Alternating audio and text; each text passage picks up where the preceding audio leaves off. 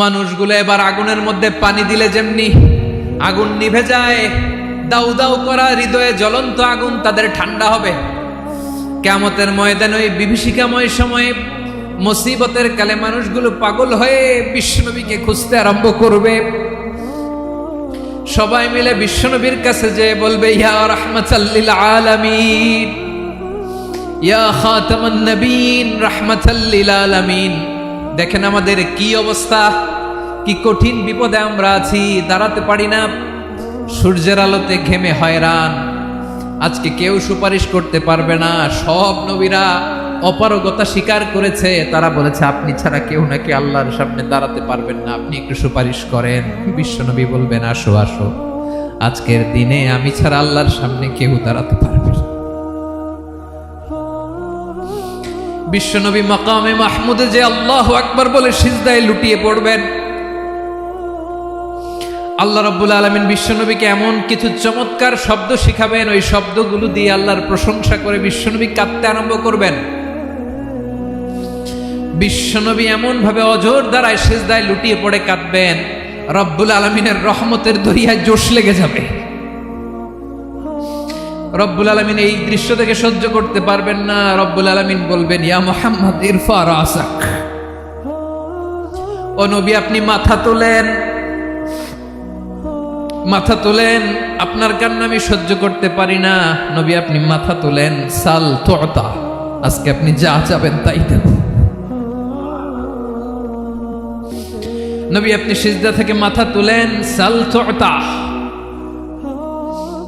যা চাবেন তাই দেব। ওয়াশফা তুশাফা, যার জন্য সুপারিশ করবেন তার সুপারিশ কবুল করে নেব। বিশ্বনবী এবার মাথা তুলবেন। যে বিভীষিকাময় সময়ে প্রত্যেক নবী বলেছেন আমি পারবো না, প্রত্যেক নবী বলেছেন নফসি নফসি, আমার কি হবে আমি জানি না, আল্লাহ আমারে বাঁচাও। প্রতিটি নবী বলবে নফসি নফসি, আল্লাহ তুমি আমারে বাঁচাও, আমারে বাঁচাও। বিশ্বনবী মাথা তুলবেন, তুলে বলবেন রব্বি হাবলি উম্মতি, আল্লাহ তুমি আমার গুনাহগার উম্মতকে বাঁচাও। এই দুনিয়ার বুকে রব্বুল আলামিন সব নবীকে একটা করে দাওয়া মুস্তাজাবা দিয়েছেন, মানে যে দোয়া করলে কবুল হয়ে যায় সাথে সাথেই। দাও বিহা, দুনিয়ার সব নবীরা ওই দোয়াটা দুনিয়ায় করে ফেলেছে। সব নবীকে আল্লাহ একটা করে দোয়া দিয়েছেন, নবী দোয়া করলেই কবুল। সব নবীরা ওই দোয়া করে ফেলেছে দুনিয়াতে। বিশ্বনবী বলেন আমি করি নাই। ওয়া ইন্নী আখতাবিউ দাওয়াতি শাফাআতান লি উম্মতি ইয়াউমাল কিয়ামাহ, আমার ওই স্পেশাল দোয়াটা আমি দুনিয়ার বুকে কঠিন বিপদে পড়েও কোনোদিন করি নাই। আমি আমার স্পেশাল দোয়াটা কিয়ামতের দিন আমার গুনাহগার উম্মতকে সুপারিশের জন্য রেখে দিয়েছি। আল্লাহ বলবেন নবী ইরফা রাসাক, মাথা তোলেন, আর কাটবেন না। বিশ্বনবী মাথা তুলবেন, আল্লাহ বলবেন সাল তুতা, আপনি যা চাবেন তাই দেব। ওয়াশফা তুশাফা, সুপারিশ করেন, সুপারিশ কবুল করব। বিশ্বনবী বলবেন আল্লাহ ওই স্পেশাল দোয়াটা দুনিয়াতে করি নাই, আজকে আমি তোমার দরবারে দাঁড়িয়ে কিয়ামতের দিন ওই দোয়াটা করছি। আল্লাহ আমার যে উম্মতের হৃদয়ে যাররা পরিমাণ ঈমান আছে, আমার একটা উম্মতকেও তুমি জাহান্নামে ঢোকাতে পারবা না। বিশ্বনবী পাগলের মতো একবার হাউজে কাউসারে যাবেন, একবার সিরাতে যাবেন, একবার পুলসিরাতের দিকে, একবার হাউজে কাউসারের দিকে, পাগলের মতো দৌড়াতে থাকবেন, তার কোনো গুনাহগার উম্মত যাতে জাহান্নামে ঢুকে না যায়। সেদিন কেউ সুপারিশ করতে পারবে না বিশ্বনবী ছাড়া। বিশ্বনবী বলেন আনা সাইয়্যিদুন নাসি ইয়াউমাল কিয়ামাহ, আমি কিয়ামতের দিন সর্বশ্রেষ্ঠ হব, মানুষের মধ্যে সর্বশ্রেষ্ঠ সেরা আমি বিশ্বনবী। আলহামদুলিল্লাহ পড়ে বিশ্বনবী বলেন সেদিনটা বড্ড ভয়ঙ্কর। সেদিন কেউ কারো কোনো উপকারে আসবে না, বন্ধু বন্ধুর কাজে আসবে না, স্ত্রী স্বামীর উপকারে আসবে না, স্বামী স্ত্রীর উপকারে আসবে না, পীর সাহেব মুরিদরে বাঁচাতে পারবে না, মুরিদ পীর সাহেবরে বাঁচাতে পারবে না, নেতা কর্মীর পরিচয় দিবে না, কর্মী নেতার পরিচয় দিবে না, ভাই বোনকে চিনবে না, বোন ভাইকে চিনবে না, বাবা তার সন্তানকে চিনবে না, মেয়েকে দেখে মা দৌড়ে দৌড়ে পালাবে, বড্ড ভয়ঙ্কর দিন। বিশ্বনবী বলবেন জমিনটা এখনকার মতো থাকবে না, পুরো জমিনটা সমান হয়ে যাবে, ফ্ল্যাট। এখন তো গোল, তখন ফ্ল্যাট। সবাই এক জমিনের উপরে দাঁড়াবে, সূর্যটা মাথার কাছে চলে আসবে। সূর্যের গরমে মানুষের মাথার মগজ গলে গলে কানের ছিদ্র, নাকের ছিদ্র দিয়ে বেয়ে বেয়ে পড়বে। সবাই হয়রান, পেরেশান, ক্লান্ত শ্রান্ত। মানুষগুলো বলবে বাঁচার কোনো উপায় নাই। 50,000 বছর মানুষ এরকম দৌড়াবে, চিৎকার করবে, কাঁদবে, বাঁচার কোনো উপায় নাই। সবাই বলবে আল্লাহ যদি বিচারটা শুরু করতো, যা হবার হবে, আগে বিচার শুরু করো। বিচারই শুরু হয় না, বিচার শুরু হইতেই 50,000 বছর। আল্লাহ, 50,000 বছর, 5,000, 15,000 না, 50,000 বছরের কোন যাবে। মানুষগুলো কাঁদতে কাঁদতে বলবে চলো আমরা আদম আলাইহিস সালামের কাছে যাই, যেন আল্লাহর যে সুপারিশ করে, আল্লাহ আপনি বিচার শুরু করেন। কিয়ামতের ময়দানে সবাই মিলে সাইয়েদনা আদম আলাইহিস সালামের কাছে যেয়ে বলবে ইয়া আবাল বাশার ইয়া আউয়ালাল আম্বিয়া, ও আদম নবী, আপনি দুনিয়ার বুকে প্রথম নবী। আল্লাহ নিজ হাতে আপনারে 60 হাত লম্বা করে বানিয়েছেন, আপনার সম্মানে ফেরেশতাদেরকে সেজদা দিতে বলেছেন। দুনিয়ার প্রথম নবী, প্রথম মানুষ আপনি। আপনি আল্লাহর যে সুপারিশ করেন যেন আল্লাহ বিচার শুরু করে। আদম আলাইহিস সালাম বলবেন আমি পারবো না, কারণ আল্লাহ আমাকে একটা নিষিদ্ধ গাছের কাছে যেতে নিষেধ করেছিল, আমি ভুল করে এই গাছের ফল খেয়েছি। নাফসি নাফসি, আজকে আমার কি হবে আমি জানি না, আমি বড় লজ্জিত। আমারে যদি আল্লাহ জিজ্ঞেস করে কেন খাইছিলাম, আমার কোনো উত্তর নাই। তোমারে বাঁচাবো কেমনে আমি? নবীরা থার করে কাঁপবে সেদিন। আদম আলাইহিস সালাম বলবেন আমি পারবো না, মাফ করো আমাকে, আমি পারবো না। ওই যে ভুল করে গন্ধম খেয়ে ফেলেছি, নিষিদ্ধ গাছের ফল খেয়ে ফেলেছে, আমি বড় লজ্জিত, অনুতপ্ত, আমি পারবো না। আজকে আল্লাহ এত রাগান্বিত হয়েছে, আগে কখনো আল্লাহ এত রাগান্বিত হয় নাই, ভবিষ্যতেও আল্লাহ কখনো এত রাগান্বিত হবে না। আমি পারবো না। এক কাজ করো, তোমরা নূহ আলাইহিস সালামের কাছে যাও। কোন নবী? লোকেরা এবার পাগলের মতো দৌড়াতে দৌড়াতে আল্লাহর নবী নূহ আলাইহিস সালামের কাছে যেয়ে বলবে ইয়া নবী আল্লাহ নূহ, আনতা আউয়ালুর রুসুলি ফিল আরদ, আপনি জমিনে প্রথম রাসূল। আদম আলাইহিস সালাম নবী ছিলেন, রাসূল ছিলেন না। এই দুনিয়ার বুকে প্রথম রাসূল ছিলেন আল্লাহর নবী নূহ আলাইহিস সালাম। সবাই বলবে ও নবী আল্লাহ নূহ, রাসূল আল্লাহ নূহ, আল্লাহ আপনাকে আবদান শাকুরা, শুকরগুজার বান্দা বলে কোরআনে বলেছে। কোরআনে নূহ আলাইহিস সালামের নামেও সূরা আছে না নাই? আপনি আল্লাহর প্রিয় বান্দা, প্রিয় রাসূল। দেখেন আমাদের কি দশা, ঘামতে ঘামতে শেষ। জমিনটা তামার জমিন, সূর্যটা মাথার কাছে, কি করবো আর পারি না, ঘামতে ঘামতে আর কত ঘামবো, কত দাঁড়িয়ে থাকবো।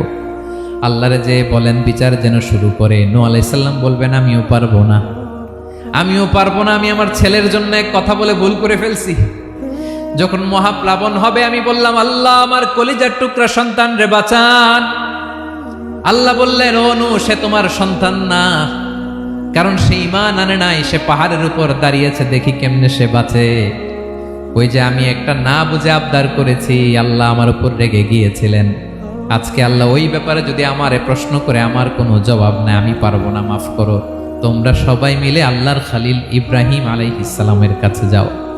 লোকগুলো পাগলের মতো খুঁজতে আরম্ভ করবে, অযুত লক্ষ নিযুত কোটি মানুষের ভিড়ে আল্লাহর খালিল ইব্রাহিমকে যেয়ে বলবে ইয়া খালিলুল্লাহ, ও আল্লাহর খালিল, আল্লাহ আপনাকে বড্ড ভালোবেসেছেন, আপনি কাবা বানিয়েছেন, আল্লাহ আপনাকে বড্ড পছন্দ করেন। দেখেন আমাদের কি অবস্থা। আপনি যে আল্লাহর কাছে সুপারিশ করেন যেন আল্লাহ আজকে বিচার শুরু করে। আল্লাহর নবী ইব্রাহিম বলবেন আমিও পারবো না, আমি আমার জীবদ্দশায় 3টা মিথ্যা বলেছি। কয়টা?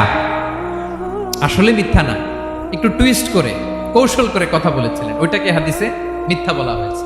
আমি জীবনে 3টা মিথ্যা বলেছি, জীবন বাঁচানোর তাগিদে কৌশল করে 3টা কথা বলেছি। আজকের এই কঠিন ময়দানে আল্লাহ যদি ওই 3টা কথার ব্যাপারে জিজ্ঞেস করে, লজ্জায় আমি মাথা দেখাতে পারবো না, আমিও পারবো না, আমিও পারবো না। আজকে আল্লাহ এত রেগে আছে, আগে কখনো এত রাগে নাই, পরেও রাখবে না। তোমরা সবাই মিলে বনি ইসরাইলের নবী মূসা আলাইহিস সালামের কাছে যাও। সবাই এবার যাবে মূসা আলাইহিস সালামের কাছে, যেয়ে বলবে ইয়া নবী আল্লাহ মূসা, আপনি ছিলেন কালিমুল্লাহ, আল্লাহর সাথে সরাসরি কথা বলতেন, রব্বুল আলামিন আপনাকে তাওরাত কিতাব দিয়েছেন, আপনি যে একটু সুপারিশ করেন। আল্লাহর নবী মুসা বলবেন, মাফ করো, আমিও পারবো না, আমি দুনিয়ার বুকে ভুল করে একটা মানুষকে মেরে ফেলেছি। আমি মারছিলাম আদব শিক্ষা দেওয়ার জন্য এক থাপ্পড়, ওই থাপ্পড়ে যে ওই লোক মরেই যাবে আমি জানতাম না। আজকে আল্লাহ যদি জিজ্ঞেস করে কেন মারলা, জবাব আছে? ওই লজ্জায় আমি অনুতপ্ত, আমি পারবো না, আমার এই কথা বলো না। আজকে আল্লাহ বড্ড রেগে আছে, আমি পারবো না। তোমরা আল্লাহর নবী ঈসা আলাইহিস সালামের কাছে যাও। কিয়ামতের ময়দানে মানুষগুলো পাগল পাড়া হয়ে আল্লাহর নবী ঈসা আলাইহিস সালামের কাছে যাবে, যে বলবে, নবী ঈসা আপনি রূহুল্লাহ, বাবা ছাড়া আল্লাহ আপনাকে বানিয়েছেন, ইনজিল কিতাব দিয়েছেন, মৃত মানুষকে আপনি জীবিত করতে পারতেন। আজকের এই কঠিন বিপদের দিনে আপনি আমাদের সাহায্য করেন। আল্লাহর কাছে যে বলেন যেন বিচার শুরু করে। ঈসা আলাইহিস সালাম বলবেন, আমিও পারবো না। ইন্নী উবিদতু মিন দুনিল্লাহ, আমার উম্মত খ্রিস্টানেরা আল্লাহরে বাদ দিয়ে আমি ঈসার ইবাদত করেছে। আমার মা ম্যারি আর আমাকে ডাকতো জেসাস ক্রাইস্ট, আমার ইবাদত করেছে। যদিও আমি আমার ইবাদত করতে বলি না, ঈসা আলাইহিস সালামও ইবাদত করতে বলেছেন একজনের, তিনি কে? আল্লাহর নবী ঈসা আলাইহিস সালাম বলবেন, আমিও পারবো না। আজকে আল্লাহ অনেক রেগে আছে, আমি পারবো না। তবে একটা পরামর্শ দিতে পারি, একটা সাজেশন দিতে পারি। আজকের দিনে এই কঠিন মুসিবতের কালে, এই কঠিন সময়ে কেউ আল্লাহর দরবারে দাঁড়িয়ে একটা টু শব্দ করার ক্ষমতা কারো নাই, একমাত্র আখিরি জামানার পয়গাম্বর বিশ্বনবী মুহাম্মদুর রাসূলুল্লাহ ছাড়া।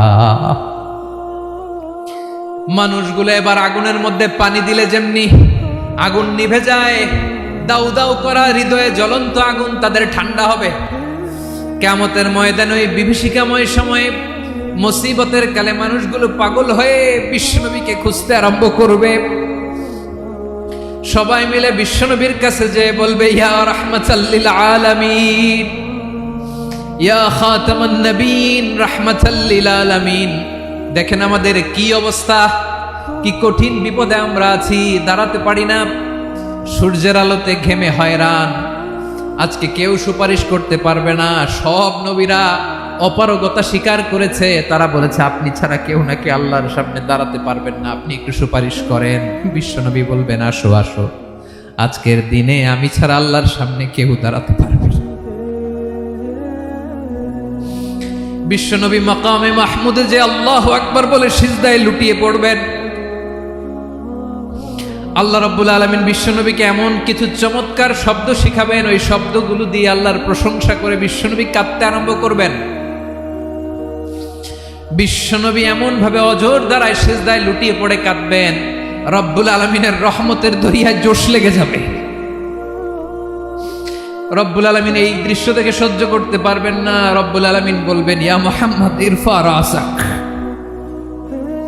ও নবী আপনি মাথা তোলেন, মাথা তোলেন, আপনার কান্না আমি সহ্য করতে পারি না। নবী আপনি মাথা তোলেন, সাল তুতা, আজকে আপনি যা চাবেন তাই দেব। নবী আপনি সিজদা থেকে মাথা তুলেন, সাল তুতা, যা চাবেন তাই দেব। ওয়াশফা তুশাফা, যার জন্য সুপারিশ করবেন তার সুপারিশ কবুল করে নেব। বিশ্বনবী এবার মাথা তুলবেন। যে বিভীষিকাময় সময়ে প্রত্যেক নবী বলেছেন আমি পারবো না, প্রত্যেক নবী বলেছেন নফসি নফসি, আমার কি হবে আমি জানি না, আল্লাহ আমারে বাঁচাও।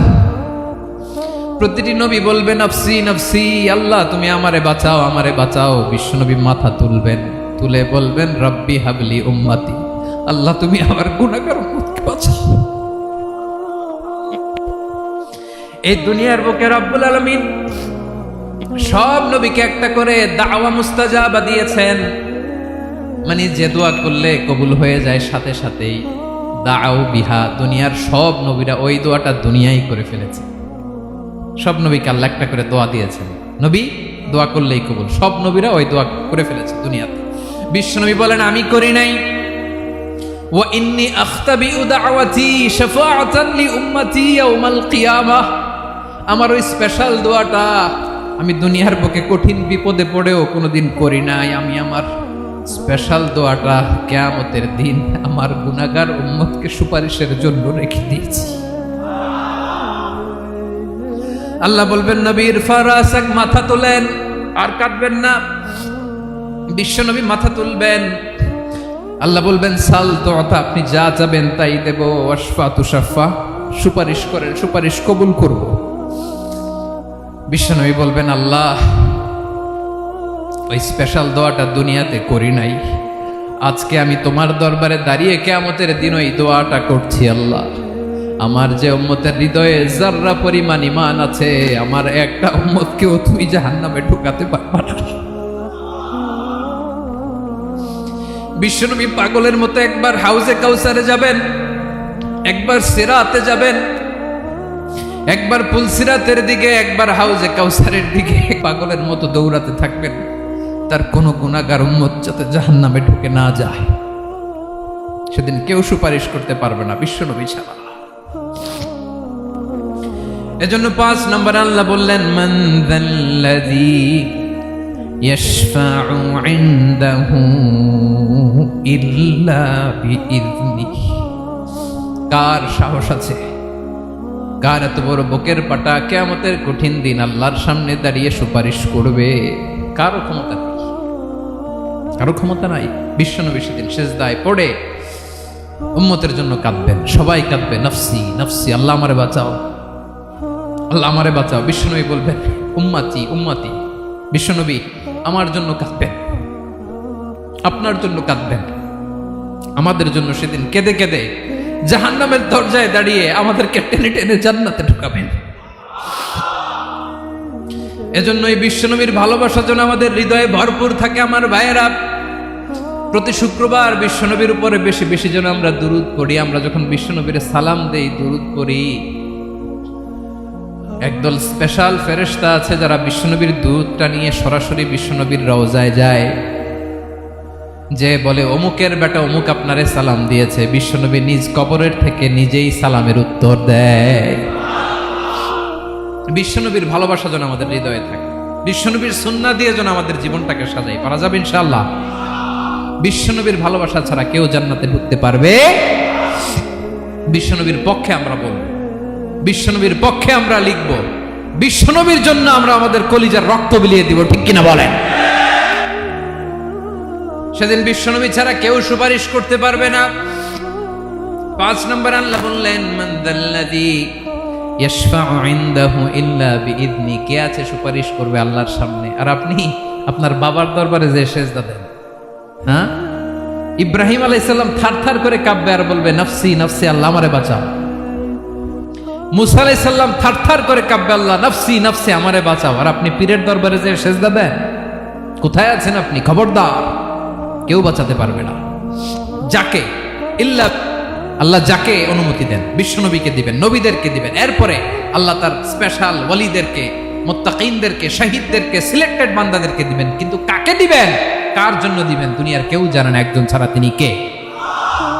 আল্লাহর ওয়ালিদেরকে, নেককার লোকদেরকে আল্লাহ সুপারিশের অনুমতি দিবেন। কিন্তু আপনি যারে মানেন, যার পায়ে সেজদায় লুটিয়ে পড়ে থাকেন, তারে যে আল্লাহ দিবেন, এটার কোনো গ্যারান্টি আছে? কথা বলেন। এজন্য জপতে হবে একজনের নাম, আওয়াজ করে বলুন তিনি কে? আয়াতুল কুরসির 5 নাম্বার কথা হচ্ছে সেদিন কেউ কারো উপকারে আসবে না, সুপারিশ করার সুযোগ পাবে না, আল্লাহ যাকে অনুমতি দেয় তিনি ছাড়া। কয়টা গেল? 6 নাম্বার আল্লাহ বললেন ইয়ালামু মা বাইনা আইদিহিম ওয়া মা খালফাহুম। তোমাদের সামনে, তোমাদের পেছনে যখন যেটাই ঘটুক না, জানে কে? আওয়াজ করে বলুন, কেউ যেটা জানে না, জানে কে? কেউ যেটা দেখে না, দেখে কে? কেউ যেটা শোনে না, শোনে কে? ইয়ালামু মা বাইনা আইদিহিম ওয়া মা, দৃষ্টিগোচর, দৃষ্টির বাইরে যা ঘটে কে জানে? তবে ঘরের ভিতরে ঢুকে জানালা বন্ধ করে লাইট অফ করে যদি আমরা কিছু করি, ওইটা আর আল্লাহ জানে না। হ্যাঁ, জানে? ওইটাও জানে। যত কালো পর্দা লাগায়া লাইট বন্ধ করে একা একা পাপ করেন, দেখে কে? এজন্য অন্ধকারে পাপ করলেও সেখানেও আল্লাহর দৃষ্টি আছে না নাই? আলিমুল গায়বি ওয়াশ শাহাদা, দৃশ্য অদৃশ্য সব জানেন, সব। আল্লাহ বলেন ওয়া আসিররু কাওলাকুম আও ইজহারু বিহি ইন্নাহু আলিমুম বিযাতিস সুদূর। প্রকাশ্যে করো কিংবা গোপনে করো, সব জানেন, এমনকি অন্তরে অন্তরে কি ভাবো তাও জানেন। মুখে গালি দেন নাই, মনে মনে গালি দিছেন, ওটা তো আল্লাহ জানে না। হ্যাঁ, আলিমুম বিযাতিস সুদূর, অন্তরে যা আছে ওইটাও ইয়ালামু খাইনাতাল আ'য়ুন ওয়া মা তুখফিস সুদূর। চোখ দিয়ে, অনেকে দেখবেন চোখ দিয়ে চোখ মারে,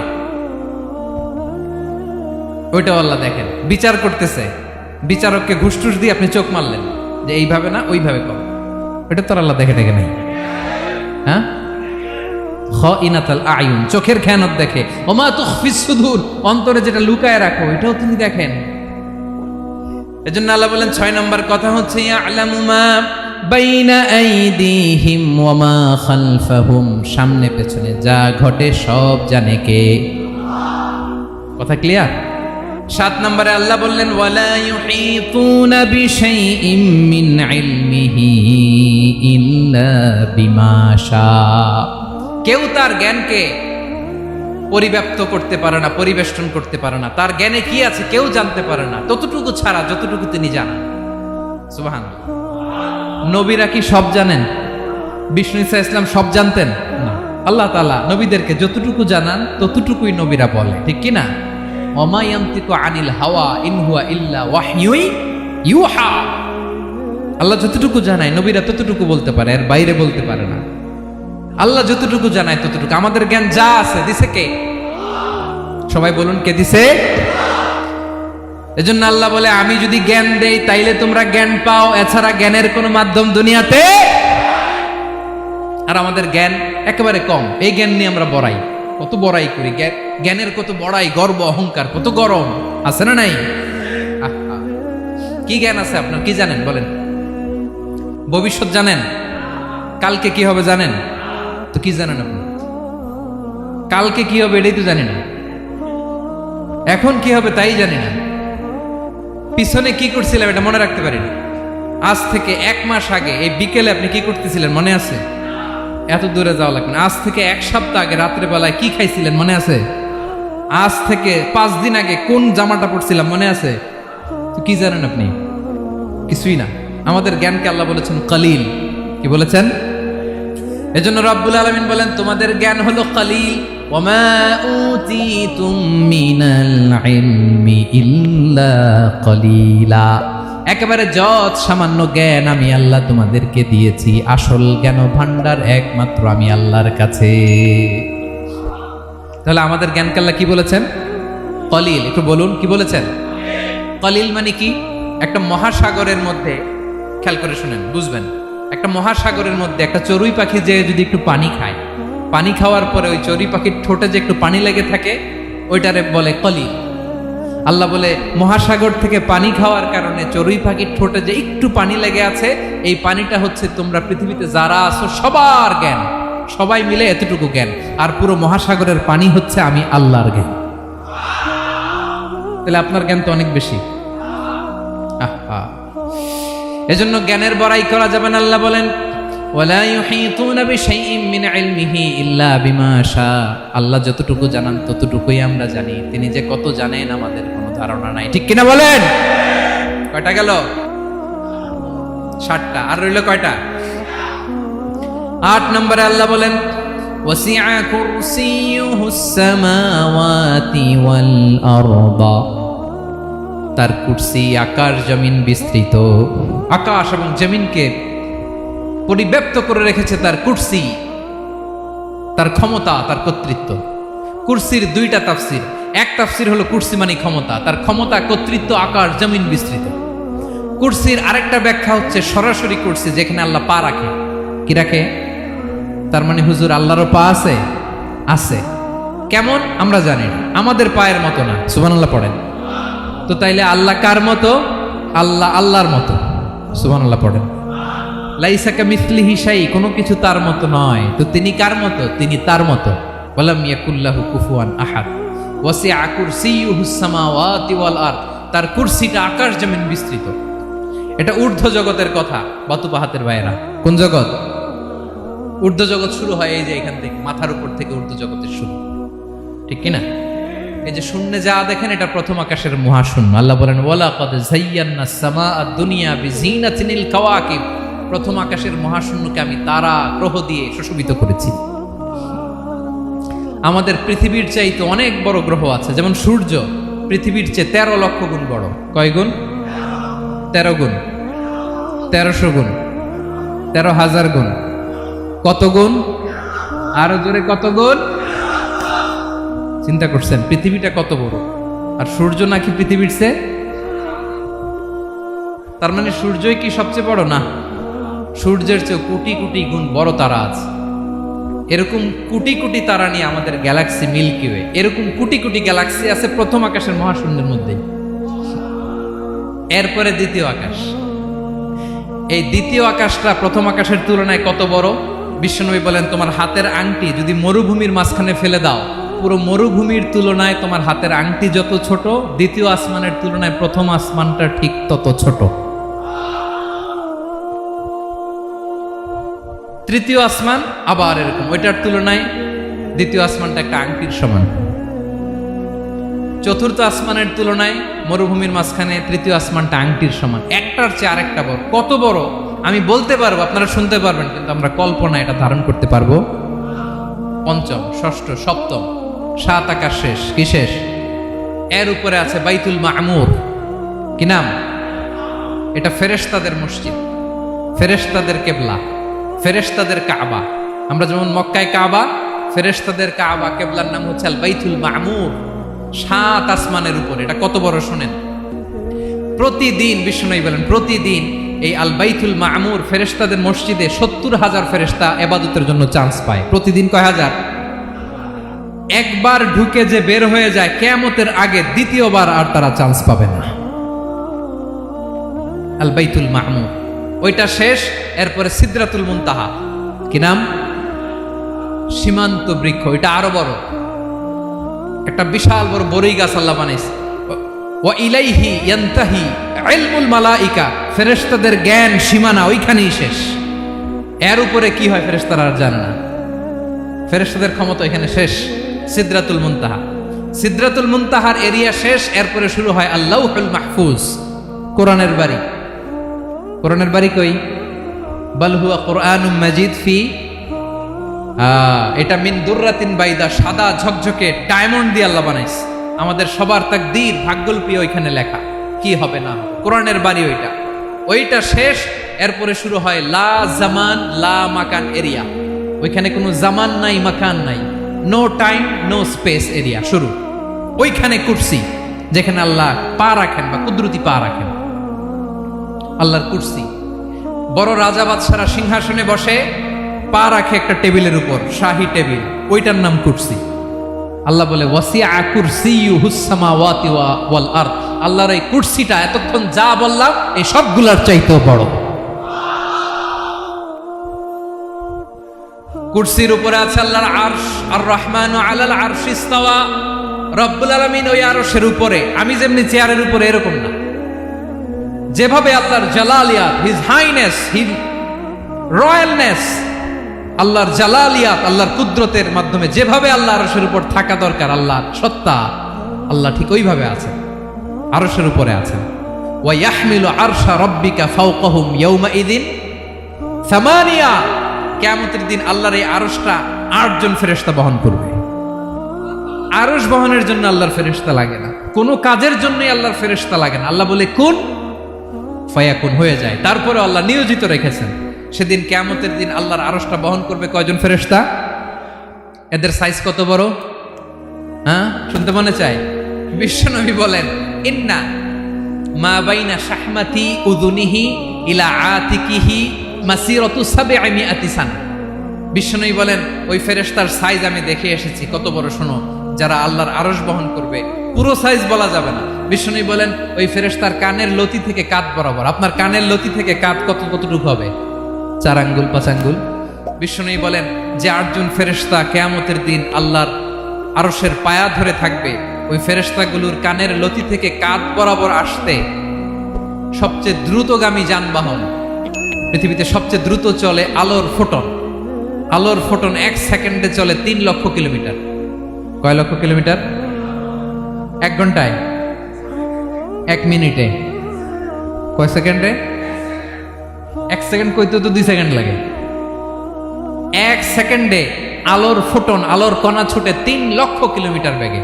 বিষ্ণুই বলেন এরকম যানবাহন দিয়ে যেটা সেকেন্ডে 3 লক্ষ কিলোমিটার বেগে ছুটে, এরকম দ্রুত যদি কেউ ছুটে তাহলে ওই ফেরেশতার কানের লতি থেকে কাঁধ বরাবর আসতে 700 বছর সময় লাগবে। এজন্য রব্বুল আলামিন বলেন ওয়াসিআ কুরসিয়ুহুস সামাওয়াতি ওয়াল আরদা, আল্লাহর কুরসিটা আকাশ জমিন সব চাপিয়ে যাবে। তাহলে আল্লাহ কত বড়! সুবহানাল্লাহ। সেজদায় যখন লুটিয়ে পড়েন এটা ভাববেন, আয় রে কারে সেজদা দেই আমি, তিনি কি সুমহান, কি সুবিশাল, ওই রবের গোলাম আমি। আলহামদুলিল্লাহ পড়েন। 9 নম্বরে আল্লাহ বলেন ওয়ালা ইয়াউদুহু হিফযুহুমা, এই বিশাল আকাশ জমিনকে রক্ষণাবেক্ষণ করতে যে আল্লাহ কঠিন কালেও ক্লান্ত হয় না। নাকি আমার আপনার মতো ক্লান্ত হয়? আল্লাহর ক্লান্তি আছে, শ্রান্তি আছে, বিশ্রাম আছে, বিরাম আছে, ঘুম, জিমানি? সুবহানাল্লাহ পড়েন। আল্লাহ বলে ওয়ালা ইয়াউদুহু হিফযুহুমা, এগুলোকে রক্ষণাবেক্ষণ করতে আল্লাহ ক্লান্ত হয়ে পড়েন না। 9 নম্বরে বললেন আল্লাহর কোনো ক্লান্তি নাই, সব কিন্তু দেখভাল করেন, প্রতি মুহূর্তে প্রতি সেকেন্ডে যার যেটা লাগে করেন। এই পুরো বসুন্ধরা, পৃথিবী, মহাবিশ্ব যেভাবে চলা দরকার সৃষ্টির পর থেকে আজও চলছে। চালায় কে? ইঞ্জিনিয়ারটা কে? আসল কারিগরটা কে? 9 নম্বর চলে গেল, আল্লাহ ক্লান্ত হন না। আর বাকি রইল কয়টা? সব শেষে আল্লাহ তাআলা বললেন ওয়া হুয়াল আলিয়ুল আযীম, ওয়া হুয়াল আলিয়ুল আযীম, তিনি হচ্ছেন আল আলিয়ুল আযীম। সব শেষ কথা। প্রিয় ভাইয়ের, আমি বলেছিলাম আয়াতুল কুরসিতে আল্লাহর মোট কয়টা সুন্দর সুন্দর নাম আছে?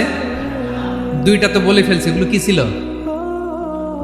আল হাইয়ু, আল কাইয়ুম। এবার সব শেষে 3 আর 4 নাম্বারটা আসছে। এটা কি? একটা আল আলী আর একটা আযীম।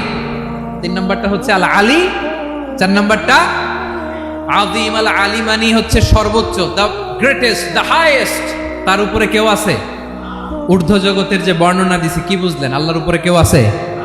এজন্য তিনি হচ্ছেন আল আলী, সবচেয়ে উপরে, সর্বোচ্চ, দ্য হাইয়েস্ট। তার উপরে কেউ। এজন্য আল্লাহ বলেন সাব্বিহ ইসমা রাব্বিকাল আ'লা। আল আলী আর আল আ'লা কাছাকাছি অর্থ।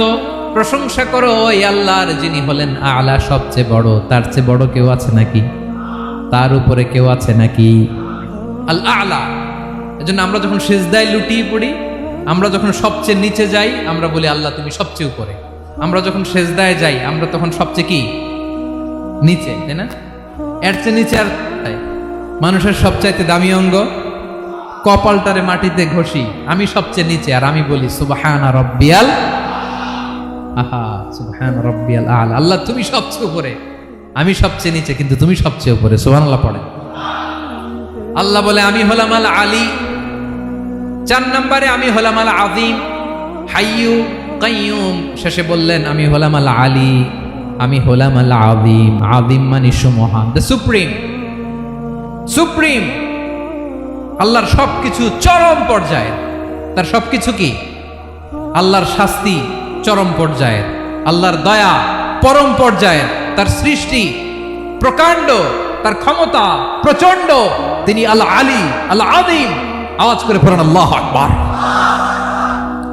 আল্লাহ বলে আমি হলাম আল আলী, আমি হলাম আল আযীম, আমি হলাম সুমহান। আমার সবকিছু বড়, আমার শাস্তি বড়, আমার দয়াও বড়, মায়াও বড়।